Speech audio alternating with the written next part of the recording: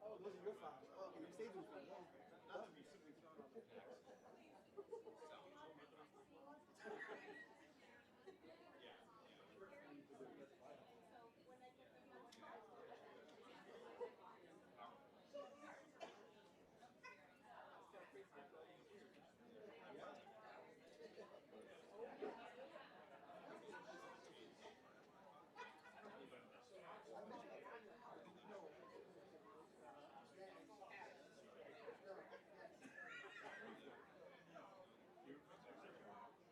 So the highest likelihood is of the desired result. Party in some house with a basement. It was there with my wife. I remember starting user as well. We started on this. Never heard of it until that point. It was so stunning to me that I was. Well, you know about that. Yes. Wasn't prepared for actually the recognition in the back of my mind to turn it into. So that must have been what you spent 10 years. That was Silver Spring? No, it was Wild Summer. More likely Silver Spring. For a white maybe it was a raised section in some part of the living room.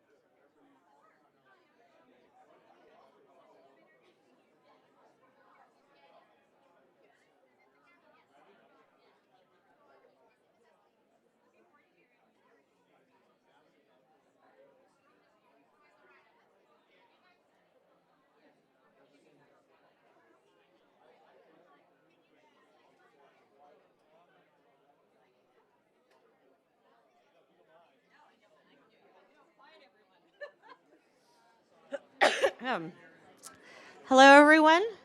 Oh, my goodness. What a fun crowd for a Friday afternoon. I guess 30 minutes of networking and chatting was not enough for this really awesome, excited crowd. But we want to get going so we can get through the grounding content so we can get to the really exciting part, which is actually the dialogue and discussion that we're all going to do together as a big group. So appreciate everyone finding their seats. And now I'm going to turn over the podium and the mic to our esteemed leader, Dan Porterfield. Thank you, Joanna. I think that if the grounding is the less exciting and the dialogue is the most exciting, then what does that make the preface? Like, get it over with. So I want to welcome you all and say some thanks. And then we can get to the main events.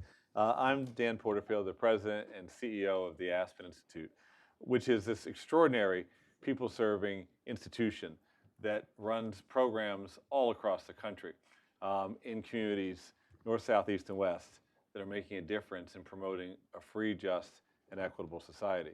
And then we also have programs we're running that are looking at themes and policies and issues and questions, again, directly relevant to what does it mean for this era to work towards a free, just, equitable society. There's a lot to say in those words, and with this book and this discussion are really dead squared to that critical calling that we have as members of a democratic society.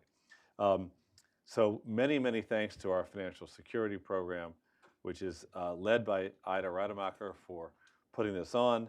I really want to thank all the members of that team for ensuring that financial security is a top national priority, and to help us as a society strive to solve some of the most critical financial challenges facing American households today. Too often, our financial system leaves people behind, especially those from low and moderate income backgrounds, or from underrepresented communities of color, or from parts of the country where there's less focus on economic investment. I just had a chance just this last weekend to do an unbelievably majestic experience of going through the Mississippi Delta and being able to listen and learn from the story of perseverance and struggle against depression, and a struggle for something, for investment, for life, for hope. My own background has been more in the humanities and in culture, in history, and maybe in activism than in the kind of incredibly sophisticated work you're doing. But going through the Delta last week, I came back thinking I got to get smarter on what you all do, because we have to be able to work at all the different levels of society in order to overcome the systemic barriers that have kept people closed out for so long. And so I can't wait to rethink financial citizenship. Just that term, financial citizenship. I've never said it aloud until just now, so you're going to teach me what does it mean to think about financial citizenship. So important to reframe the issues so that we can see them in a new lens that will invite people together, put our hearts and minds in motion to make a difference. There are a lot of innovative models out there, and there's programs that foster a sense of dignity, respect, and social belonging. And that's what I think we're going to learn from today's discussion, this incredible book, Credit Where It's Due, Rethinking Financial Citizenship. We're so honored to be joined by the three authors, Fred Wherry, Kristen Seefelt, Anthony Alvarez, who have obviously made a lot of contributions to this concept and now are bringing it together. And it's not easy to have three authors on one book. And I thought, when I looked at it last night, I thought I was going to see, like, this chapter written by Fred and this one by Kristen, this one by Anthony. But no, this is a mind meld, the Vulcan mind meld. And three leading scholars from top institutions who've done the collaborative work. And that in of itself, I think, is very important, that scholars who are advancing in their own fields know that it takes collaboration and the melding of perspectives to really move the ball forward and open up eyes and minds, and eventually, we hope, resources on questions of this importance. So thank you all for your work together and giving us the opportunity to learn from you. In a few minutes, they're going to share their research insights, and they'll be joined by Marla Balonik, who's the Executive Director of Latino Economic Development Center. Marla will connect the research insights with on-the-ground work that she and her colleagues are engaged in to, basically ensure that that we try to make all people able to thrive in our financial system. And I saw Marla before. Now, where's now Marla? Oh, there she is. There's Marla. So thank you for being here. This is really more than a book talk or a presentation of research findings, so that's always good. But this is a chance for us to gain a better understanding of and appreciation for the financial experiences of so many low and moderate income Americans. It's an opportunity to lay an evidence-based, data-driven foundation upon which we can raise awareness of how financial service markets include or exclude us or all from fully participating in civil, social, economic, and cultural spheres of American life. And with that, we can start to build innovative and inclusive and urgently needed solutions. I mean, again, what's the purpose of a financial system? I hope it's to create the empowerment for people and communities to be able to do the things that make life worth living, to take care of their families and their kids and their elders, to be able to foster community life that's got predictability and strength and vibrancy to it because there's economic foundation, to be able to develop their own talents. Nobody wants to feel they can't flourish. They have something within them they can't get out because they don't have the financial security to then be able to develop what's inside, what's great in them. And then also, this is maybe a little bit abstract, but the idea that we all are in mutual relationship with one another, mutual dependency. That's what it means to be citizens, I think, financial citizens. We may not know of our relationship with each other. We not see it, but we exist in relationship with each other. Dr. King taught us that. And so do we want that relationship to be based on and defined by friendship, defined by a commitment to flourishing in community and human dignity? Nobody wants to live in a condition of being part of a structural dynamic that's fundamentally exclusionary or that hurts people or holds them back. Like, who would want that? And so that's this other part of this, I think, is that we can almost, I know it's a journey to get there, but we could try to restore the mutuality and reciprocity that comes from our relations with one another financially and economically, being economically fair and economically supportive of the flourishing that each person and community wants. It feels a lot better, I think, to think that we're not part of a system that's incoherently favors the few, and maybe don't know how to get out of it if you're just an everyday person. That's what you're going to tell us, right? How do we get out of the system so we can feel as if the new system is one where those of us that have means and privilege can feel a better sense of relationship because we don't feel we're profiting or benefiting from a structure that we wouldn't have created but we're stuck in. Maybe that's not what you're doing in your work, but that's on my mind a lot. How can I myself, whose job is to take care of my 3 children, with my spouse, with my wife, how can we do the best we can to be part of a just economic order? And since I can't figure that out alone, I need you all to thank you for years of work to give us a shot at learning together. Our country needs leaders and agents of change in this space so that we can figure out the essential role of financial services in allowing people to fully participate in our country and our democracy, especially given that our history of racial wealth inequality. So we have to undo the things that we want gone so that we can create the better way of being a country. And I think for too long, people like me that are humanists have said somebody else will figure out the economics of it all. I'll just focus on the people. And now I realize that myself, I've got a lot more to learn. So this book looks pretty accessible too. Thank you, because that's the other thing. Economics always scares us into thinking that somebody else who's like smarter than us does economics. So then, and you seem like you're making it really accessible too, which is critical because we're not going to get society behind to extend trust if we don't make these concepts accessible. We face some big challenges and disturbing social divides, and again, candidly, a return of forces, or more prominent, perhaps, public return of forces of hostility and hatred of minority groups and underrepresented people. But there's the invisible things that have to do with structures and systems, and that too requires our attention, and it requires analytical work.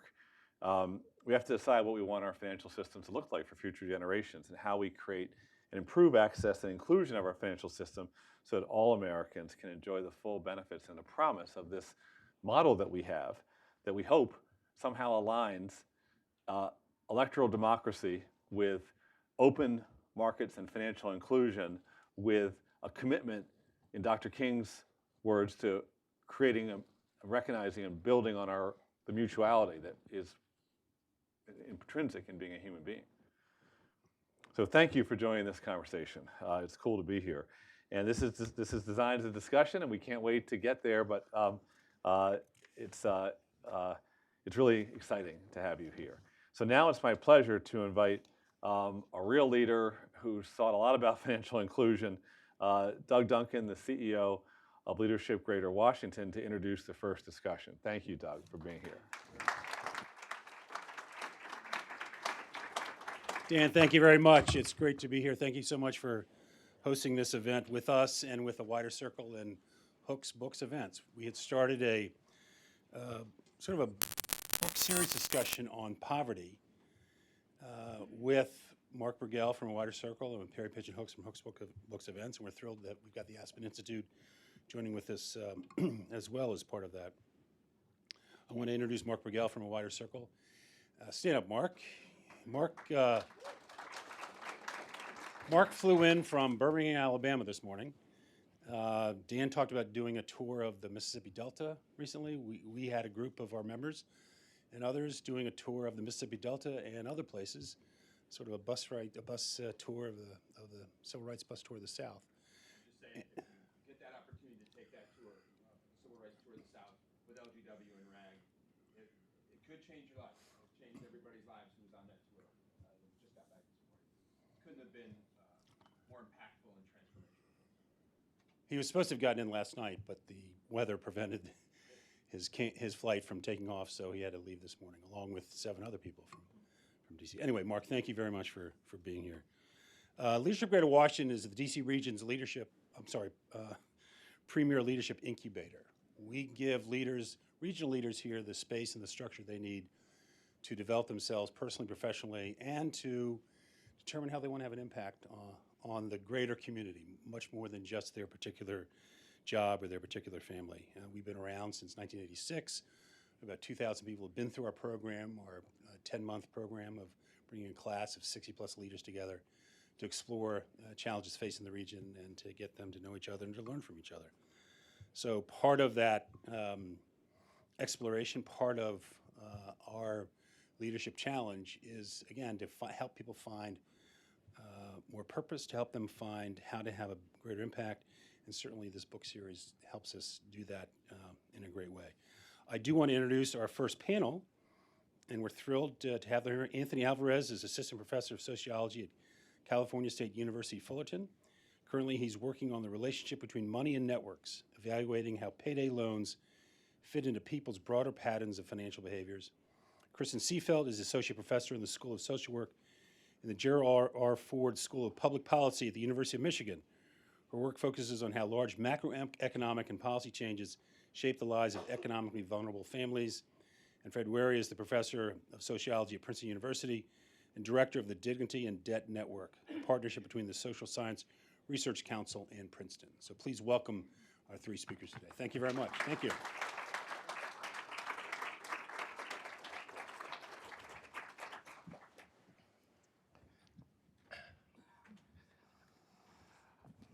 So we're going to talk to you for about 20 minutes, and I'm going to warn you now that they put me in charge of technology. So, when we first thought about doing this book, it came about because Jose Quinones, who started the Mission Asset Fund, we had been in conversation with each other since the mid-90s. And when he started Mission Asset Fund, he said, there are these things that people are doing that are under the radar. So and they're sort of lending money, but they're just not getting credit for lending money, and they're putting money into a pot every month. And I said, oh yeah, the rotating savings and credit associations, I've read about that in our sociology classes. And he said, yeah, but it's not visible. So even though they're engaged in credit-worthy behaviors, they're not getting any credit for it. And then he said, but I'm partnering, and I thought, you're partnering with, who are you partnering with? He was like, oh, there's Citibank's got to help, and then we've got these 2 credit reporting agencies, and now 3 that are going to report the activities, and we're going to formalize this stuff so that people can get credit for the positive things they already do. And after he said this, he then said, and these are his exact words, dude, you need to write about this. And whenever Jose tells me to do something, I've learned it is wise just to do. And so that's when we sort of partnered together and decided to sort of do a deep dive, and spent about 4 years engaged with them. So to give you a sense of where the title came from, so part of the question sometimes people ask is, on the one hand, there's this innovative nonprofit, and they're helping people with financial security to get sort of visibility in the financial system. Where does the citizenship thing come from? And one way of getting at this is I always like to sort of lean on things that students tell me, and sometimes they're not even my own students. So yesterday, I was at the Goodwill at Sell Center here in Washington, D.C., yes, and so the students there are sort of from their later teens up to 70, and they're getting a high school diploma, not a GED, but a high school diploma plus some advanced training. And so I sat in the room and I said, before we get started, can you tell me a little bit about what you think citizenship means? What does it look like? And I said, and we're going to use that as a way of sort of thinking about financial citizenship. And they were fantastic. So, of course, one of the most obvious things is, you get a birth certificate, something that says that you're here and that you're now visible to the larger system. I said, excellent. Then they said, and when you go and try to get a job, you don't need any extra authorization to get a job. You can, if you have the skills, you can get a job. Great. You can make decisions as an adult, and you're equal in the sort of when you go to court, you're equal in the eyes of the law. Everyone's equal. Okay. And then we ended with this notion of protection.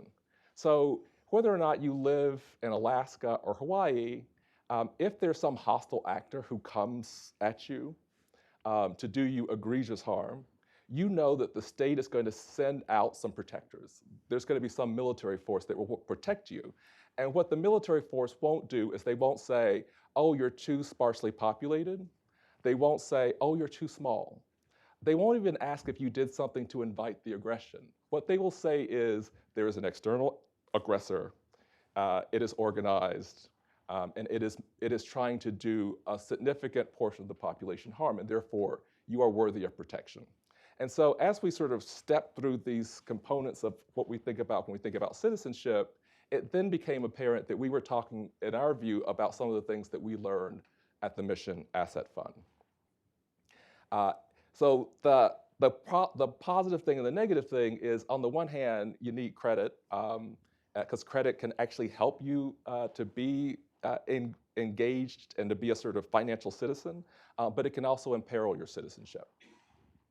And the way we saw this is, I'll introduce you to someone that you will meet in the introduction, Marisol. So she has done everything right. She's gone to community college. She has money in savings. She has a mainstream bank account. But she just happened to have been in a relationship with someone who was abusive. So she left the relationship. Now, when you leave an abusive relationship and you need to get an apartment, you probably think, if I am a reliable person, I've got a steady job, my bank account's good, I've got the security deposit, I should be fine. But what she discovered was that when she went to landlords, they ran credit checks. And what they did was, when she didn't show up in the financial system, either she was categorically denied access to housing, even though she said, like, you can look at my bank statements, you can see what's going in and out and how it's going in and out, this should not be a problem. Or she was asked to pay just much more for the same thing. There were other people we met in the course of our work with Mission Asset Fund, one who was an assistant manager at a franchise, had excellent performance reviews. And so when you're at work and you've got really strong performance reviews, your assumption is that when the manager position opens up, you've got a good shot at it, especially if you have excellent performance reviews. Now, what she was told is, I realized that 2 years ago you went through that bad divorce. It kind of messed up your credit, and of course you're fantastic, and you'll need to train the person who takes over.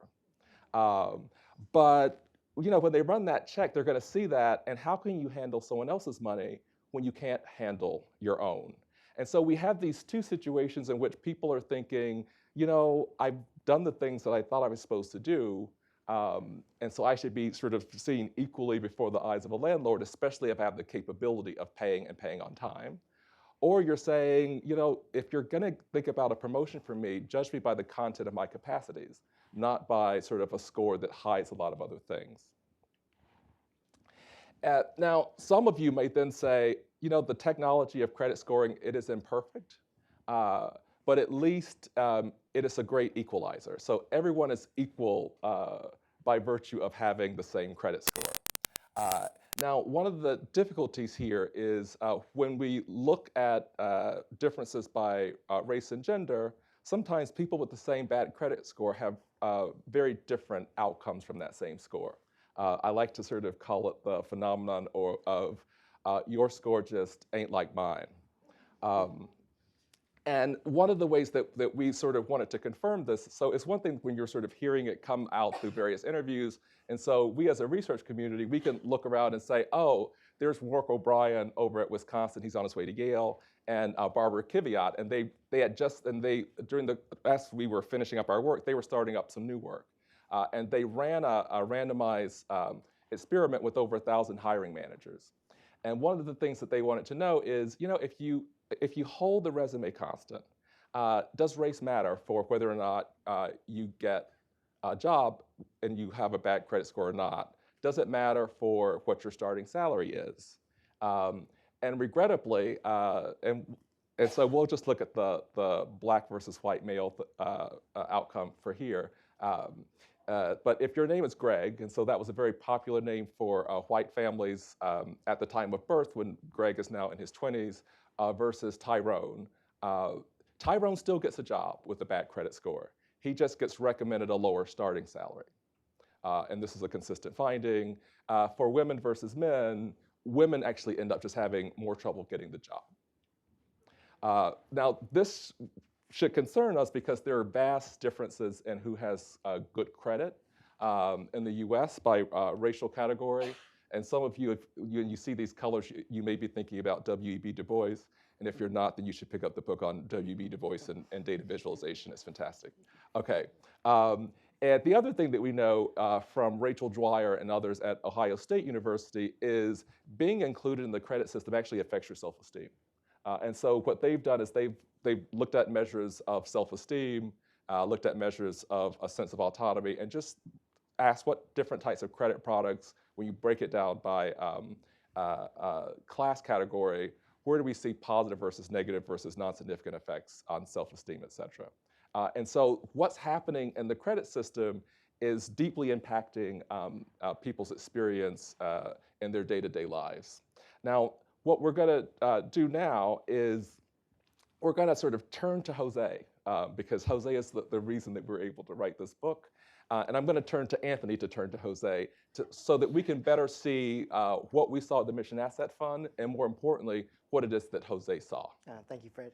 So just to be clear, so Jose is one of the founding members. Actually, he is one of the. I just want to really quickly do is just talk you through the evolution of how he ended up with using rotating credit associations as a method for building credit for people who are usually not identified and recognized for their financial behaviors, right? And so if you look in the book, in our introduction, Jose writes really movingly about the financial behaviors he sees in the Mission Asset Fund, which is located in San Francisco in the Mission District, as the name suggests. He's watching people in these communities undertake what all of us would probably recognize as responsible financial behaviors. They're lending money and paying the money back, maybe to an informal lender, right? They are starting small businesses and informal businesses. They are meeting their financial obligations to one another. And an important tool that they were using are rotating savings and credit associations, which have a long-standing history in many of these communities for generating savings and for helping to provide capital to start new businesses. But the problem is that these activities are really sort of outside the vision of the formal financial services industry, right? And so this is the problem. And so Jose had the really brilliant idea of trying to bring the formal financial sphere to the lived experiences of these communities, right? And we really have to stop for a second and think about how powerful an idea, how innovative an idea this really is, right?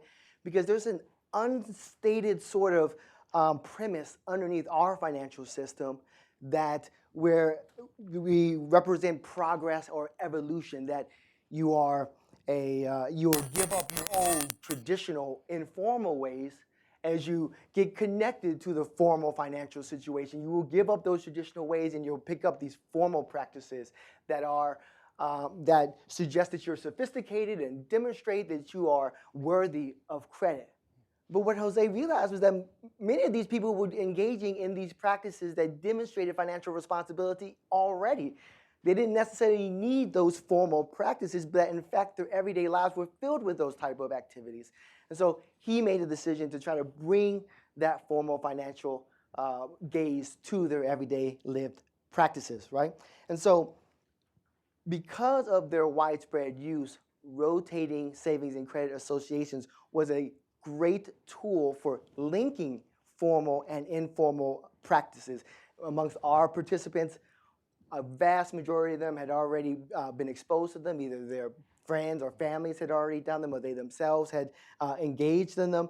And we heard really powerful stories about how they used them to get housing, to start businesses. For some folks, when they first got to the United States, they didn't have access to the formal financial sphere at all. And so they were using rotating savings and credit associations to keep themselves financially afloat, right? And by the way, just as a measure of this, as a prep for this talk and thinking about DC, which is where I'm from, by the way. And so I was doing a little bit of research, and if you go back, way back in 1991, the Washington Post writes a story about the importance of Korean rotating savings and credit associations in the proliferation of small Korean businesses throughout the DC metro area. And so when we say widespread and popular cultural practices, we don't mean San Francisco, we don't mean California, we mean from coast to coast, we mean across the globe. These practices are fundamentally transforming the social, cultural, and economic landscape of many, many different communities, right? And so let's stop for a second. And can we go to the next slide, please, Fred? Thank you. And sort of make sure that we're all on the same page. Like, what exactly is a lending circle? Some of you may be more familiar with other terms that they're referred to by tanda. You may have heard of a tanda before. A susu, if you're from the islands. A key, right? Depending upon where you are. How these function is that a group of participants get together. They put in a designated amount of money every month, and then one participant gets that pot, that payout, once per month. And then it rotates through all the participants, right? It rotates through all the participants, and every participant only gets one payout, right? Now, the genius of what Jose and Matt did was to take this model and formalize it. Each payment for the math lending circles, which is what they call them, is counted as a payment on a debt that is then reported to the credit reporting agencies. So they're actually improving people's credit scores when they participate in these rotating savings and credit associations. So they took this cultural practice, they took traditional rotating savings and credit associations and turned them into formal lending circles. They turned them into a tool for improving people's credit. But that's not all that they did.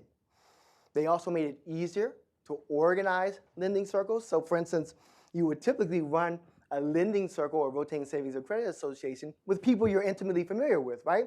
Because there's always this issue, if somebody gets their payout, they run off, and then you lose money in that bargain, right? That's always a problem. What math does is that they guarantee everybody will have a payout, right? They make sure that everybody has their payout. They guarantee that. That's still not all that they do. They also run a financial education workshop. And this is not to show what they're lacking, but instead to re-up pre-existing financial knowledge that they already have, so that that knowledge is salient as they're going through the lending circle and as they're heading towards their payout, right? And then finally, one last and probably the most significant change that they introduced was that they allowed the members of the lending circles that they organized to actually have a say in how the lending circle will actually function. And in the book, we have this really great ethnographic observation where there's a lending circle informational session that's ongoing. A math manager is running it, and there's a bunch of people there asking questions, and they're interested in doing a lending circle, and they raise their hand, and they're like, well, how much money do we put in every month? And the manager's just like, you decide. They raise their hands again. Well, how many people are going to be involved? You decide, right? Well, when do we get our payouts? You decide. And this is such a powerful, both an observation, but also a powerful moment for those participants that they actually can see that they can contribute and make decisions about how their financial service is actually going to be run, right? That the let's say the principles, the details of that financial service is not going to be dictated to them. It actually is going to be built from the ground up based on their decisions that they make collaboratively, right?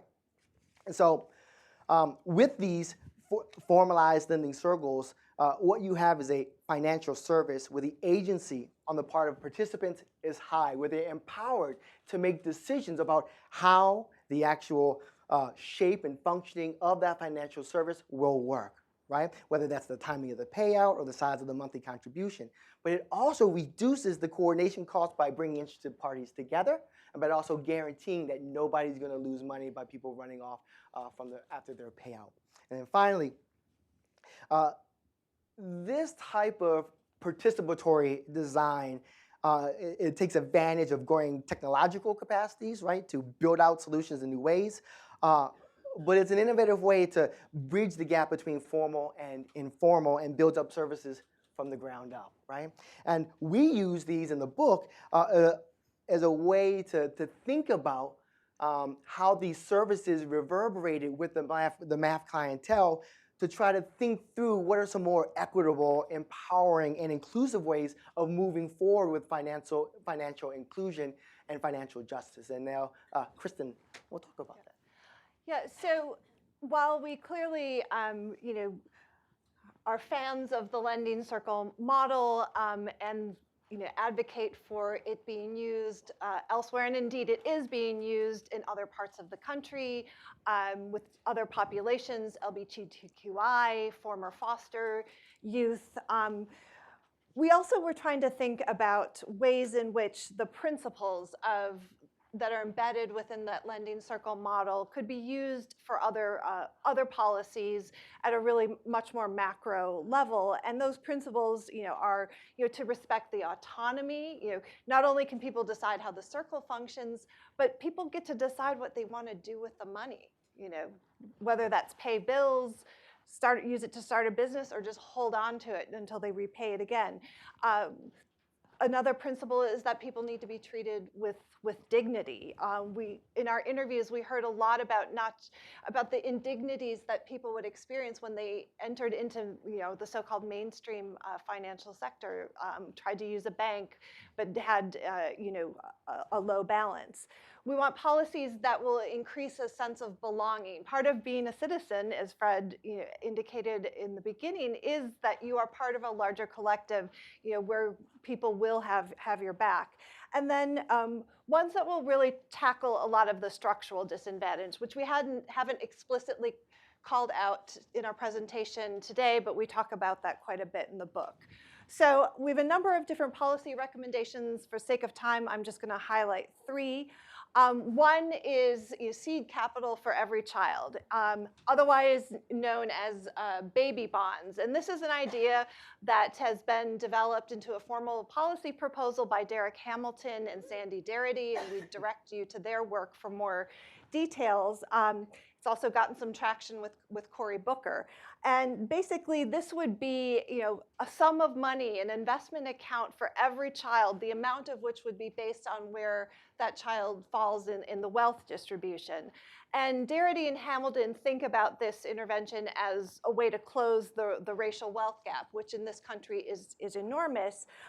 We also think that it could be a way for people to really experience a financial product in a very different way. It would give particularly young people ownership over and control over their finances. We believe it would be very important to have no strings attached to it because autonomy is a key principle that we want to argue for. And if it is something that is universal, it takes away stigma, which so often the interventions targeted at these communities are laden with stigma. Second, short-term loans that are affordable, that are safe, that are dignity enhancing. There is a plethora of work out there on how so many more families experience income volatility and earnings instability. We know that there's very low rates of savings, actually fairly high up the income distribution in the US. And when people are locked out of mainstream financial institutions, they're sent over into the alternative financial services sector, where interest rates, are in the several 100%.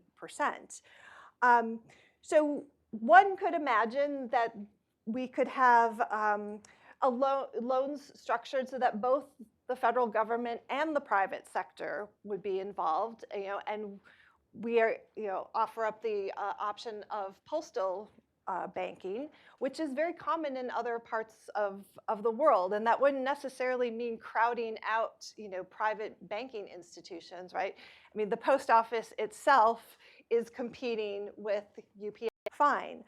And then the other component would be changing a lot of the rules and regulations that are out there currently that would keep places like credit unions and nonprofits like the Mission Asset Fund from being able to offer short-term, low-cost and low-amount loans.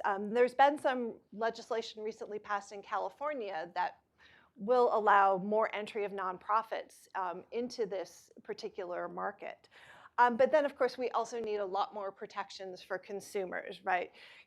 There's a reason that the alternative financial sector is also referred to as the predatory lending sector. There's, again, been some movement at the state level to regulate interest rates. There's been some legislation in Ohio in particular, but much more is needed in this regard. And then lastly, dignity assessments. So it's now becoming quite commonplace that before a parcel of land is developed, that there be an environmental impact assessment conducted to see, what are some of the potential negative ramifications or positive ones from turning over an unused piece of land into a development. We would also suggest that financial products and policies, and I would even say a lot more of our policies in general, be assessed for their potential effects on the dignity of consumers and users of these services. We heard, a poignant story about one of our participants, taking their child into a bank and being really humiliated because of their inability to get a loan. That shouldn't happen. And we raise a number of questions in the book about how, we could think about ways in which we could look at, are potential interactions going to be dignity enhancing or degrading?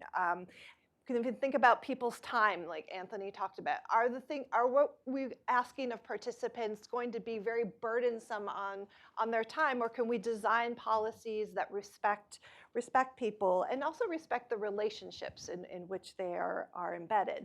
I'll just note that the National Health Service in Britain actually does dignity assessments of their services. So this is not something that is completely out of the blue. Let me just end then by reading to you just the last chapter of the book, because we think it's a nice sort of way to wrap up. Financial citizenship can be realized. There are other solutions to the problems of credit, debt, and asset building. They begin with a recognition that low and moderate income consumers are worthy of respect, that credit is crucial for asset building, and that economic crimes of the past are not past and remain predictive of our disrupted futures. From the Mission Asset Fund, Credit Where It's Due has gleaned lessons in disruption and constructed blueprints for opening up more opportunities in the existing economy. And we know that is an economy that is not yet fully inclusive. A just economy will require bold moves from above and meaningful engagements from below. But we remain optimistic and believe it can be done. So thank you.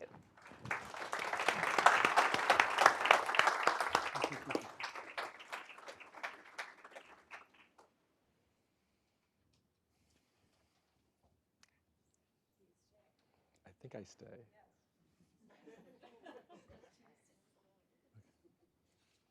Just for a moment. Hi, I'm Robin Dvorak with Hooks Book Events.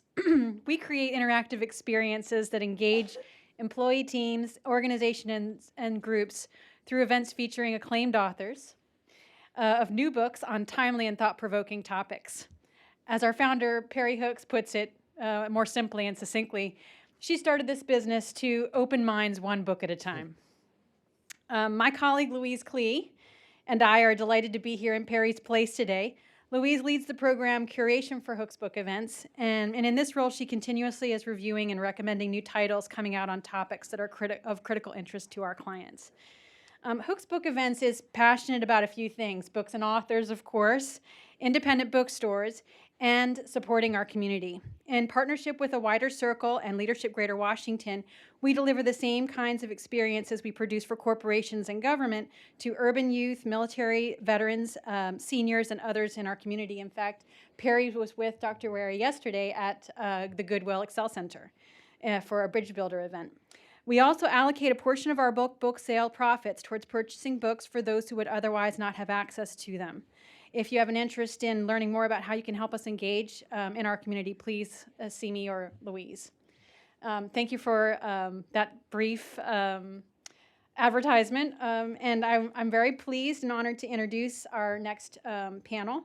Marla Bolanek, the Executive Director of Latino Economic Development Center, LEDC, is with us, and our co-moderator is Joanna Smith-Romani, who is our Managing Director at the Aspen Institute Financial Security Program. Thank you so much. Thank you. Oh my goodness.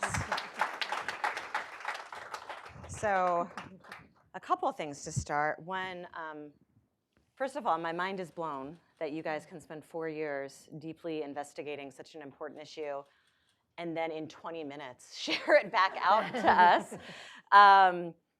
That was beautiful, and I love that you read from the end of the book and really inspiring. And so I hope this part 2, before we get to you guys, and I do promise that that is the direction we're turning, gets everyone even more inspired with specifics about what's happening in our community in the DC region, and what the opportunities really are. You know, in Aspen, I think Dan kind of touched on this, but let me be explicit and clear. We are different from other think tanks because we expect everyone who's here cannot then leave the room knowing what they know and not do something about it, right? We invite everyone to step up to the table and figure out what is their leadership role on these issues. So let me be very explicit. That is sort of like the advertisement, but take 2, right? I will check in with all of you and figure out what's next after. So let's get into what's next. And Marla, first let me introduce, let me say that again. Allow me to let you introduce yourself, since we already all know Fred. Sure. So my name is Marla Bolanek. I'm the Executive Director of the Latino Economic Development Center, which is affectionately known as LEDC here in the area, for those who are local, who I'm guessing most of you in the audience are. We are an organization that was founded in 1991 amidst the riots in Mount Pleasant in Washington, D.C., for those of you who were living in the area at the time. And our founders were really looking to advance social equality by way of economic mobility. And so our organization focuses on asset building through homeownership and small business development. We're also a community development financial institution that does small business and consumer lending. And we're also the Mission Asset Fund affiliate for the region. And so a lot of these stories that you were talking about definitely come to life for me and our experience of working almost 5 years as this affiliate here for the region and the client stories that we've seen on the ground. So also a big fan of Jose Quinones, so shout out Jose wherever you may be. But yeah, I would say this definitely resonates with what we see with our clients. We've done a 3-year study of our borrowers, which are primarily small business borrowers, but some consumer borrowers. And 81% fall into the fair credit or below, which is 699 or below. And the bulk of those, 47%, are in the poor category, so 550 to 649. I don't know if you want me to go into that now or just like dive right in. Yeah. So these are really folks who cannot access commercial credit. And I think also, the point that you made about dignity, I really that really hit home for me. I think a lot of our clients, even when they graduate to the point that they could access commercial loans, they actually choose to stay with LADC because of the cultural competency, the linguistic competency, and the dignity. It's, there are a lot of, subtle and maybe not so subtle discriminatory practices that occur in the commercial banking sector. And I think that's something that we really pride ourselves on, as being able to provide our services with comfort, with dignity, in a place where people can feel at home and feel like they're getting top-notch customer service. So that's something that's really, really important to us. Well, so let me ask you a question then, and this is where I wanted to go with Fred too.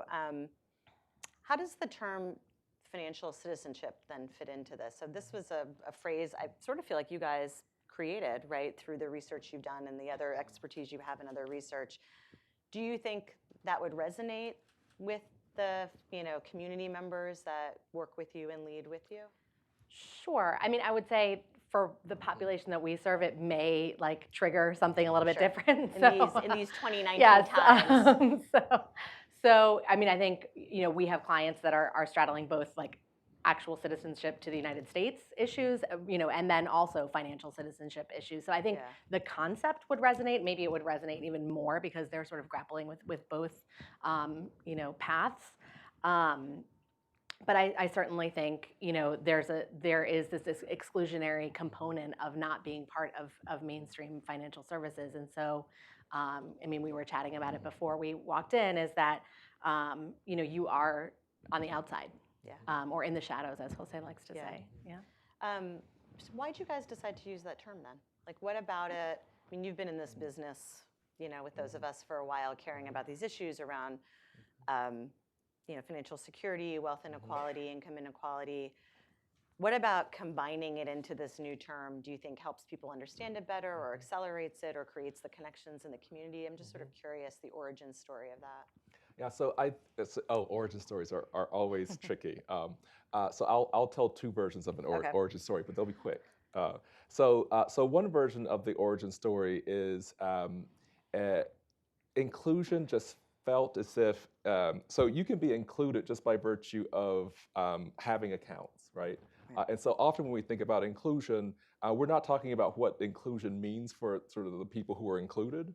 We're saying, do you have access to a mainstream, low-cost, reasonable account? Right, check the box. And some of it's check the box, and some people have, and to their credit, some people have gone beyond that and said, well, let's think about the value of inclusion, and et cetera. What we were seeing with citizenship, in part, was on the one hand, we had Jose talking about coming out of the shadows and telling his own story about coming to this country undocumented, having the Reagan amnesty, and then suddenly, instead of trying to hide when you're at school and not draw attention to yourself, but not get extra help, et cetera, and not sort of optimize your potential, you could now be visible, right? And we were seeing sort of similar themes that seemed to resonate when, because I remember sort of sitting some very late nights with them when the Dreamers would come, and they would have these lending circles for dreamers. And it's one of the few times when you sort of leave a field site having taken notes and you're just like, your eyes are a little wet. Yeah. It's Yeah. and because you would hear these stories of, as these people are talking about sort of being dreamers and how they get sort of better inserted politically, there were some who, because they had a social security number and their parents did not, at the moment that you're 18, you've got a social security number, and everything that had to get hooked up, so the electricity, all the bills, are suddenly in your name. And when the financial crisis hit, you had these kids who were both trying to think about their political inclusion in the U.S., but they were also having this great threat to their financial inclusion in the U.S., in part because when suddenly a parent has lost 2 or 3 jobs, some of the bills don't get paid. And you have this person who is starting their young adulthood with a lot of potential, a lot of energy, and they're sort of asking themselves, even if I get some regular status, will I really be able to fully participate in the society? And that's when we started sort of thinking about, what does participation look like? Yep. What does it mean to have a right to protection? And so that's why we sort of started moving towards this notion of citizenship. Yeah, that's really interesting. I think the interaction with the politics right now is especially important in certain communities. But the emotional part, I mean, just thinking about, anyways, that's just a really important part of it. This is not just like, how do you budget? How do you manage your checking account, right? There's this piece of being behind and left behind, and then all of a sudden being able to participate. So I just want to hit on that a little more. We heard a lot about Jose. We're all channeling our inner Jose. Marla, in your organization, how does this piece around co-designing, co-producing, autonomy fit in? And why do you, and if you are doing it, which I presume you are, what is the special sauce around that? Like, why is that so different and important in terms of impact? So I think the first sort of premise behind the product is that it is a familiar tool for many of our clients. So the concept, so we had that slide with the circle, and people walk in and they know the concept. So that's not, I think the piece is really saying like, okay, we're gonna all get together for the formation meeting, and we're gonna decide, what order we're gonna go in. So, someone's gonna wanna do it in February because that's their kid's birthday and they wanna have extra cash to set aside to purchase presents. Or someone might need it to be aligned with the school year for uniforms, or, whatever it might be. But just the fact that it is, self-determined, we always say, we actually don't care if someone's using it to buy a large screen TV. Like the whole point is they will build a credit history, and they will actually practice saving behaviors that can continue on throughout, beyond the life of the lending circle. The social service safety net system, right? Exactly. Right now, which is very, you do this, very patriarchal, you have no judgment. Right. You don't get your own judgment. And to the point of autonomy, we sort of grappled internally about this because our 2 sort of pathways to asset building are small business development and homeownership. And so initially we said, okay, well, we're gonna form one circle that's about starting a business, and another circle that's about putting a down payment on a home. And then that's when this like large screen TV thing came about, because we actually view the credit score and building a personal credit profile as huge barriers to accessing either entrepreneurship or homeownership. And therefore, no matter what they use it for, they're going to be furthering their chances of achieving one of these goals. And so we even, took a step back from our own egos for a second and said, whatever they want to use it for, it'll still achieve the ultimate goal of either building a credit profile or repairing poor credit. Can I just add that please. One of the challenges too is that when people are making a decision about what to do with their money, it's a shared decision. So so they need to demonstrate to other members of the family that whatever sacrifices that they're making, it's somehow worth it. And so sometimes you're making some decisions about, I need to carve this other part out so I can keep the family on board. Because when your family is not on board, there is sabotage and there is suffering And so one of the Like in difficulties, all families. like all families, Yeah. all, Yeah. and when, No all family families are this way. excluded No here. family is This is an safe. inclusionary Yes, indeed. family dynamic. And so the hard thing is that we often target our policies to individuals and not to Yeah. the web of relationships that That's those individuals fascinating. are having to address. Yeah, I feel like we're learning a lot here about what is a very needed redesign of social policy in this country, anyways, through the insights that come from this. So we are almost at questions, and I am going to be so disciplined about it because I see an eager Friday afternoon crowd, and I'm not going to let Ben tell me time's up. I'm going to get us there. So this isn't it, right? You guys have these really interesting, impressive, and I loved how you described them, like policies that you guys got excited about this. So I want you to pick your favorite, but I'll give you a minute to think about that, and it could be something off this list. But Marla, you're doing more than lending circles. Yep. And because I want this group in discussion to really think about the action-taking side of this, what can we do? We understand the problem deeply. Now we actually have to do something about it in community collaboration and leadership with families. So I want to talk about what we can do. So like just sample for us without a ton of detail, but enough to get people excited. Sure. What are other solutions you guys see are needed that you're doing, in fact? Sure. So the programs that we operate are housing counseling. I have to write them down. Housing counseling, tenant organizing, small business coaching, small business lending, and all of that is underpinned by financial capability training and consumer credit building loans, both our own short-term term loan and the Lending Circles product.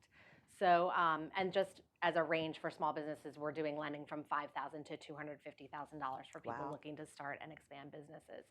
So those are sort of the interventions that we are committed to, and then there are little subdivisions between all of them. Like we've had an emerging practice around business retention, so not only focusing on individuals who have ideas that want to start businesses, but those individuals that have longstanding businesses that happen to be in quickly changing corridors, whether that be for gentrification, because of large-scale construction projects, transit-oriented development, or for those local folks, we're doing a lot of work with businesses on the Purple Line.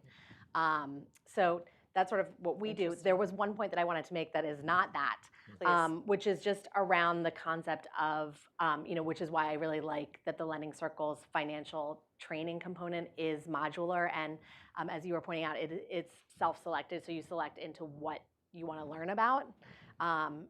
What I really like about that is that there's this assumption that folks who are financially unstable are terrible at managing their money. And I could not agree more with that. I think that the level of surgical precision that you have to have in managing your finances when you are making life and death decisions about, how you're going to move this money around to feed your family, pay the rent, make the utilities bill payment, and you watch every penny and pay remittances. Yeah. That I think we actually stand a lot to learn from our clients in how they manage that chess game. And so I think, again, to the point of dignity, it's not about us coming in and saying like others have said in recent press, you just need to stop going to Starbucks. It's more about these are not Starbucks challenges. No, these are systemic other kinds of challenges. Yeah, and I would again argue that folks who are in financially precarious situations are masterminds at financial management. Very quick, and then I'm going to, if you answer it, then we're going to go to the crowd and invite our colleagues back on stage. Do you guys work with food service small businesses? We do. Do they do catering? Yes. So all of you out there that do events in DC like we do, she can be a business resource for you. Thank you. Yeah. Great. We were always, the catering today was from DC Central Kitchen, which is another amazing nonprofit. They're awesome. That trains ex-offenders and other folks. So sorry, I just want to make sure we know there are choices out here and how we spend our money in DC in these circles. And Marla can be your connector for that. Sure. All right, your number one policy priority or solution, and then we go to the crowd. Okay, so this is my number one thought of the day. And it's not because of its priorities, because it's the day and the thought. All right, fair enough. So one of the things that we talked about earlier was how you make sort of these financial activities visible and let people get credit for it. One financial activity that we talk about in a Social Forces article that you can Google, there's no firewall for that one. We made sure. Is just how much people are supporting other family members. And this is even more pertinent given the number of seniors we now have with inadequate retirements. Now, one of the things that happens with those transfers is you actually don't get any credit for it. right? So people are constantly keeping family members from being evicted. They're keeping their parents to the best of their ability, and a retirement with with a sense of dignity. Yeah. But you can't write that off on your taxes, right? And it's not that these transfers can't somehow sort of be better tracked. So there's a lot about visibility and invisibility that we're seeing, and the work that we did with Mission Asset Fund, in which, and every time we sort of say, what's going on, that if it were formalized, we would all say, oh yeah, you're going to get that you'll get that back at tax time. Yeah. Not for or poor that folks. kind of regular payment can actually help with your credit score. Or right? can Some help with your, regular you just don't get any help. Yeah. For helping.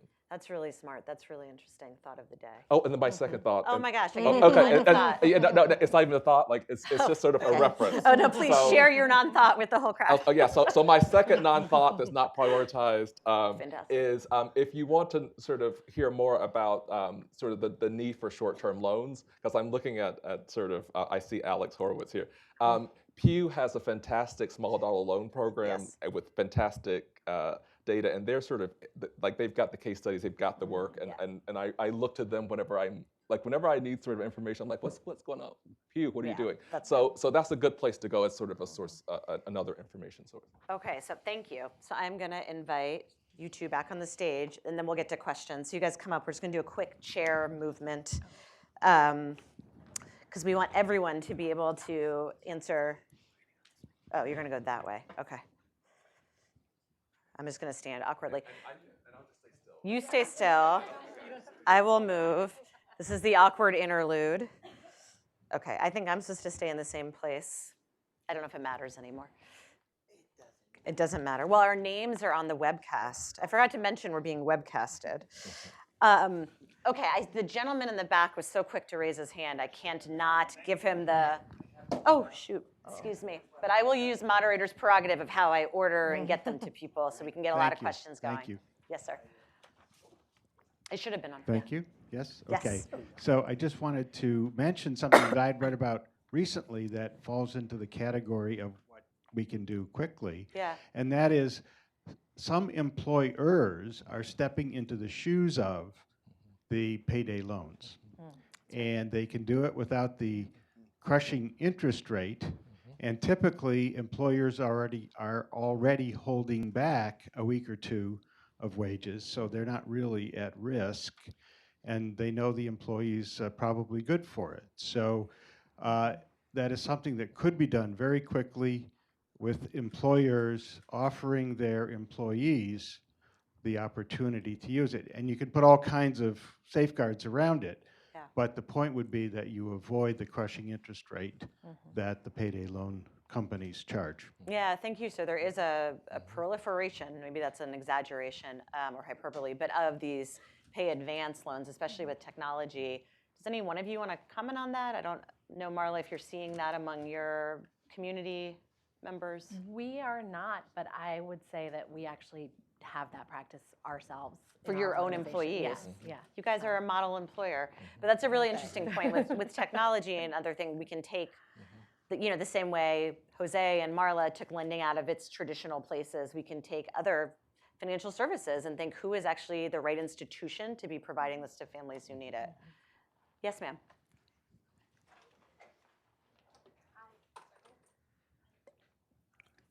You hear me?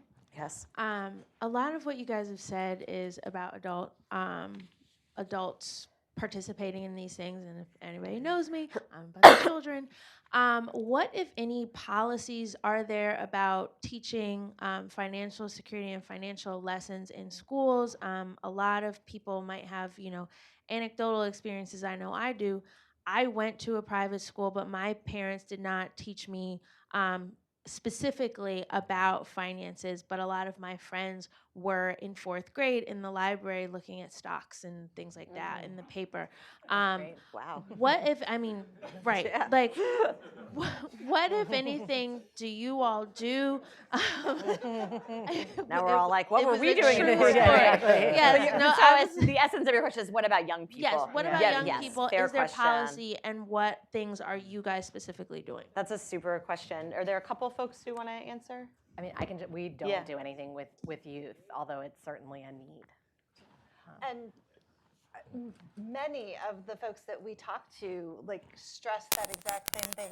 There was a sentiment that the lending circle model needed to be modified in some form and taken into the school system. I think that's particularly true for young adults who, if they are visible, get inundated with credit card offers when they first walk on campus. So I think there are ways to do that. Jose is working with young people. I think we could translate some of those lessons. Well, I was just going to say that while I am not, just to put my cards on the table, the biggest promoter of generalized financial education, I think it has to be done in a particular way.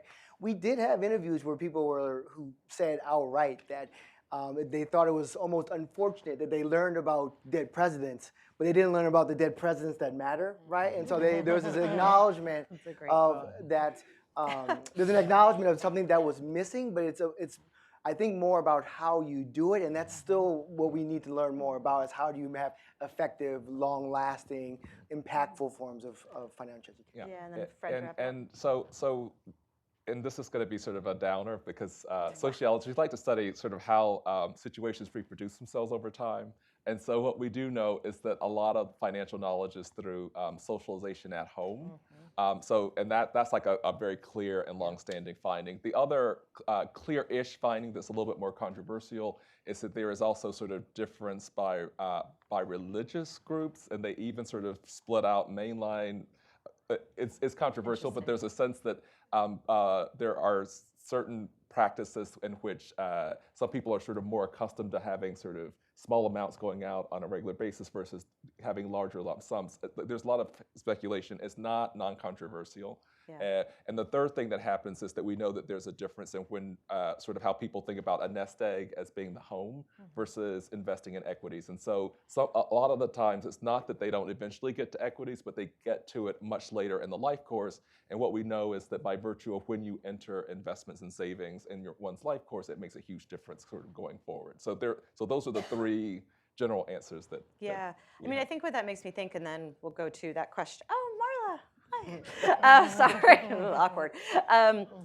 Is that the way we treat money, both in terms of the kinds of education that exists, to Anthony's point, and just think about all the big money podcaster people, is in a really sterile, almost absent of culture way in this country, and that's why it's largely so ineffective.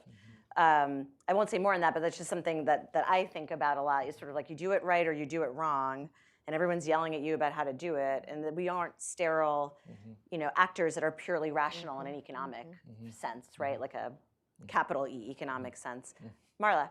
Yeah, so thank you. This is amazing. I can't wait to get my hands on the book.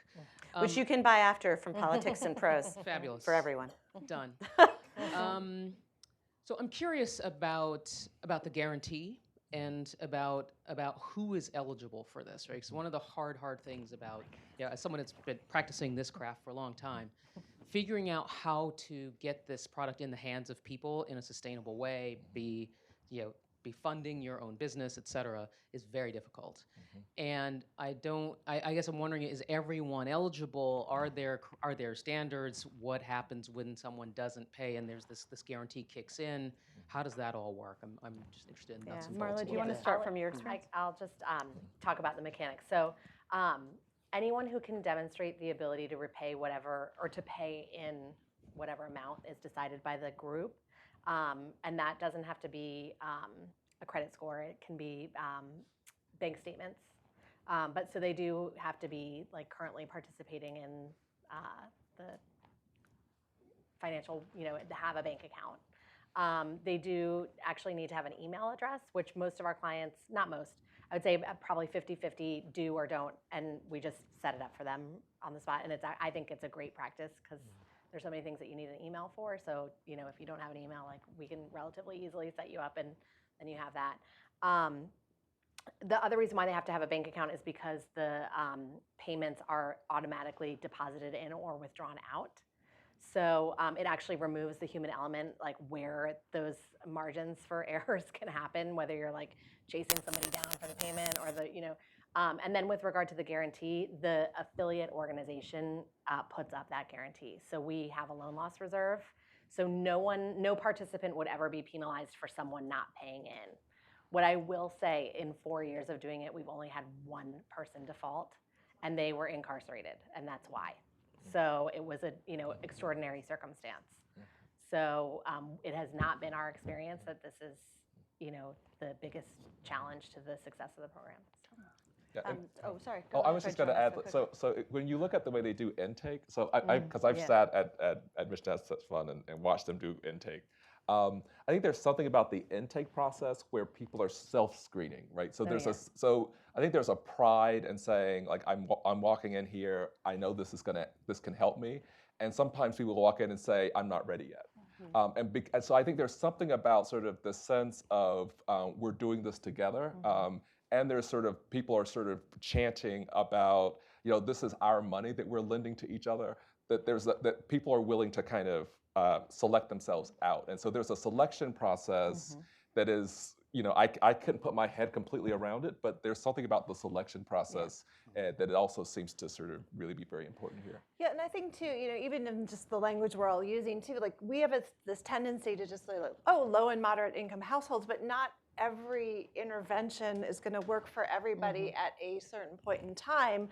So having the ability to select out, I think, if it is done in a way that this is a decision that someone can arrive to, is to me more important than saying, let's scale this all up and make everybody try to conform to the standards that we're setting in place. It's kind of the co-producing piece. And then Anthony, do you want to add something? I just want to make it the quick point that math also has a very, very, very low default rate, but it's also important to recognize that who you default with kind of matters, in the sense that we have a section of the book called Defaulting with Dignity, and reaching out to people who are having problems meeting those responsibilities. And this actually goes back to the earlier question about employers providing short-term loans, right? And so how those may actually be able to be provided in a more dignified fashion in dealing with people's individual monetary circumstances, right? And so who you default with really does matter.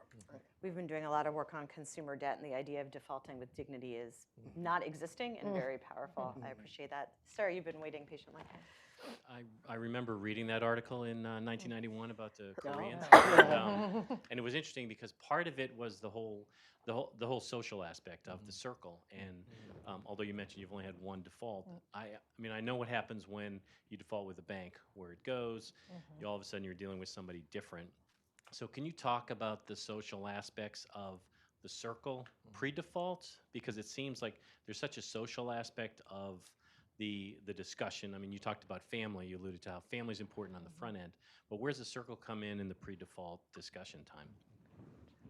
I'll just take a stab at it. And then, so what we've found to be interesting, and it sort of goes against, and this is, I don't know that this is the experience for all affiliates writ large, so I'll just say this is exclusive to LADC as an affiliate, but our experience has been that it's the groups, because we're forming groups of people who have never met before the formation meeting.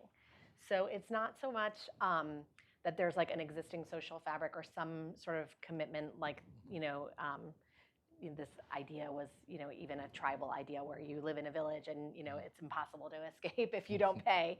But, or like you're married, or there's just sort of other networks that are connecting or other connective tissue. But in this case, we've actually had groups of people that have never met before, but then they say like, oh, well, we want to have a cookout or we want to have a potluck.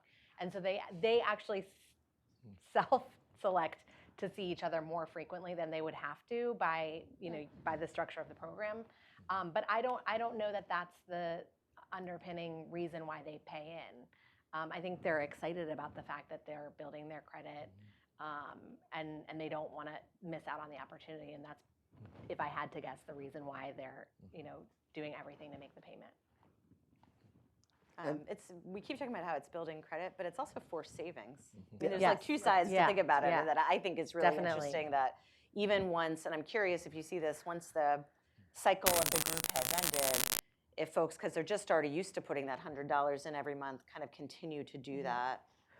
We haven't studied that, but I know Mission Asset Fund just did a decade, like a report reflecting on a decade of doing this work, and of Yeah. course I didn't write down the figure, but it is stated in That is there actually happening. is what the the continual savings behavior of folks who participate. Yeah. And just to say very quickly, the default rates, if you look at informal lending circles, is, I mean, I won't say very high, but it definitely does happen. And so typically you have it with very high trust groups, people you have strong relationships with, or if there's a neutral arbiter that people all know and who can act as an enforcement mechanism for all the people who are in that lending circle. And so informal ones, you do have default rates, but in And these. actually, that's a really good point, because I think part of the reason maybe why they're repaying is because they are, I don't know, they're afraid of LEDC.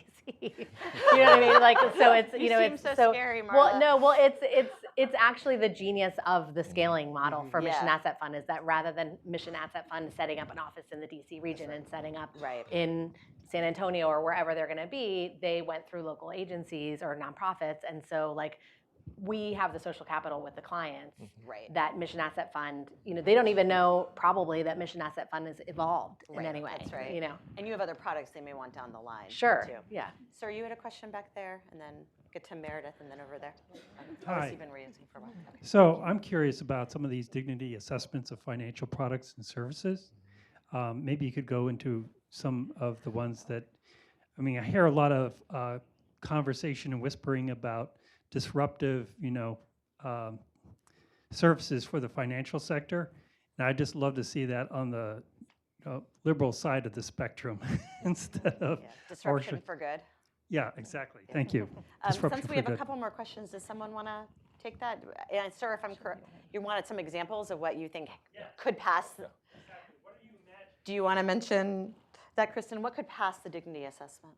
Well, I mean, I think it could even be something as simple as like, you could think about doing observations in a financial institution and how are, banks often stress customer service, but like, could we look at what that customer service actually looks like and, unpack what some of the hidden messages or not so hidden messages are, so that's one way. And I think in the healthcare arena, a lot of it is done through observation, but even like, when we think about at a higher policy level, like really asking ourselves, like, when we put these requirements in, what is it actually going to mean for the person on the receiving end? And like when we put a work requirement in, I mean, that might be a bad example because, but Well, it's an example. run it through. Like, what would that actually mean for a person who has to experience it? What would it do to their dignity? Okay, Fred, really quickly. Yeah, and just really quickly, so one of the things that there was a coffee last week. There's always a coffee. And so one of the things we talked about at coffee was sort of some existing experiments that have been run that have tried to frame sort of moral duty. And so there are certain kinds of questions that you can send in a letter when someone owes money or needs to pay something that that somehow triggers in their head a sense of moral duty. And one of the things that we want to sort of see is if we can sort of create some equivalent notions of moral worth. And so sort of moving it from sort of you have a duty and you might have done something wrong to sort of there's sort of the moral worth of repayment. And so but we're trying to sort of do this in a clean way. And so this is something that's ongoing. That's super interesting. We had a gentleman over here who's been so patient, and then I'll get to Meredith. I'm sorry, I had not seen you. Thank you. Just in my blind spot. John Hausenberg, I'm a financial advisor at Merrill Lynch. So I spend my life working on these problems, trying to come up with solutions, admittedly not for this socioeconomic level, as much as I would like to. Obviously, it's just not a profitable model for most banks, for most companies to put in the time. Another confession I will give you is the people that I talk to who are generally more well-heeled, have the same struggles, the same family situations, the same misunderstanding, the same struggle with the language, struggle with trust, trying to really figure out how do I move my life beyond this. So we build our business around 3 ideas. Am I going to make it? What are my blind spots? What will my legacy be? And the one sort of comment, Fred, you mentioned one thing about asset management. And it strikes me that this conversation is fascinating and valuable, but it's really all about digging out of a hole And there's very little, at least in this discussion, about, okay, once I get to even, what am I doing to grow beyond? So are these funds invested, or do they sit in bank accounts and don't have any earnings? And we could go on and on about the other levels of education and the structures and things that can be done. But I think until you can get to the point where you're building assets, you're sort of continually digging the same hole, and it's very frustrating. I appreciate that question as the financial security program. Also, you and I can find each other later about whether or not private sector can profitably serve these customers. I think we disagree on that point. But I think that's a very good question. I mean, we're focusing on the starting point, but let's examine that for a minute about what comes next.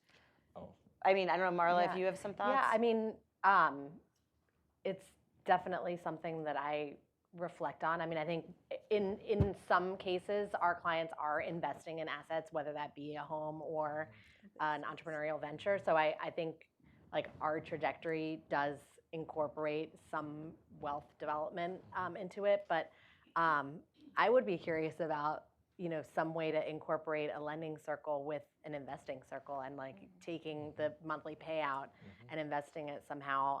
But that's a more long-term strategy than what this, is. So, but I don't know, maybe an idea for Jose. I think, I was just going to say, I think in an investment circle, it's really just a bunch of people sitting in a circle telling each other to invest in index funds, right? That's pretty much what it is, because otherwise you're not going to beat the market, right? But yes, I get it. But I mean, there is a lot of innovation that's needed around how do you get to the wealth creation side, other than what we usually think of, which is homeownership, small business, or retirement, which is an investment strategy, right? So I think it's a fair question. We're doing some work on how to innovate around that. But thank you for bringing that up, right? The aspiration for families in this country, because it's their own aspiration, is not just to just get by. It's not just to make being poor easier. It's actually to have less people that are poor and more families that are thriving. And if I can just add that the other aspiration. 20 seconds. Oh, okay, in 10 seconds. Yeah. The other aspiration is they want to see their kids educated because they think that's the one thing that can't be taken away from the kid. But in doing so, they then expose themselves, if they have a home, to sort of greater threats. Other risks. Other risks. So, that's a very, very good point. Meredith, to close us out. Well, thank you.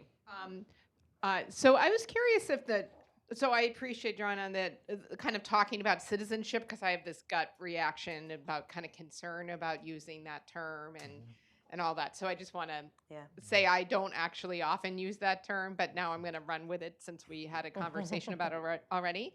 I'm curious if how much you all saw in the research the idea of kind of the citizenship, like financial citizenship, feeling of inclusion, how that translated to feeling of like political citizenship, ability to shape policies. And in particular, I'll be upfront, like I'm very interested in how to make sure policy change happens and is really because people who are directly impacted by the policy systems not working, being front and center and actively participating. So that's kind of, I'm almost like, how could we use that concept of citizenship and inclusion and then translate that so that folks, there's a sense of political inclusion and citizenship. I think that's a good closing question too, because it goes back to what more does this build than just someone's flat screen TV or home, right? Like what other assets do they get out of it? Being politically active could be part of it. Did you guys see any of this in your research? You want to go first?